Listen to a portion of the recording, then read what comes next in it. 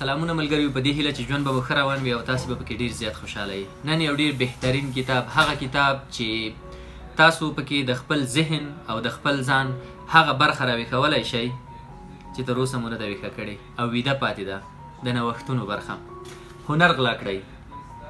په دې کتاب کې د نوښت 10 رازونه دي، د شیانو د پټولو، له نورو نه د شیانو راخیستلو او په داسې ښه بڼه باندې وړاندې کولو هنر او ارزښت ترېنه زده کولی شئ چې هغه اولني کس په هغه طریقه باندې نه وي وړاندې کړي.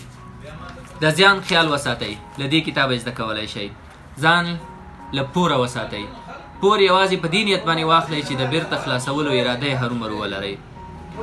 جنتري ولرئ چې پر مټ یې تاسې کولی شئ چې کارونه پلان کوئ او د هغې له مخې مو کاري پلان جوړ کړئ او کارونه مو سم پر مخ بوځئ.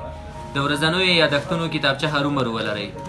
هر څه مو چې ښه راځي، خوند درکوي او ستاسو په طبیعت باندې برابر په دې کتابچه کې هرومرو د سره نوټ کوئ او ګټنه ترېنه کوئ. ځکه ویل کېږي د نړۍ تر ټولو سترو هنرمندانو به داسې کالي ګنډل چې غټ غټ جیبونه به لرل چې کتابچه به پکې ځایېدله. او د یو بل هنرمند یادونه هم په دې کتاب کې شوې ده چې هغه به په د خپل یخن قاق کې د مخې 2 غټ غټ جیبونه ورکول چې به هغه به هر وخت له پاڼو نه او د یادښتونو ورقونه ډکول. د ژوند ملګري په ټاکلو کې دقت وکړئ. دا هغه څوک ده چې ستاسې ژوند در بدلولی شي، ستاسې ژوند بڼه در بدلولی شي او خپل ځان او ژوند ته متوجه کولی شي. او له بااستعداده خلکو سره ملګرتیا وکړئ. دا هغه خلک دي چې تاسو ترېنه زده کړه کولی شئ او ژوند مو در خوندورولی شي. او وروستۍ خبره ده چې هغه کتاب ولیکئ چې غواړئ ویل ولئ. هغه څه مه لیکئ چې پرې پوهیږئ، هغه څه ولیکئ چې ښه پرې پوهیږئ او خوښیږي مو.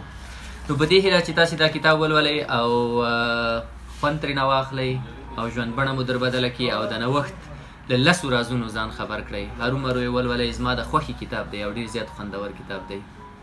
ژوند ډېره مننه.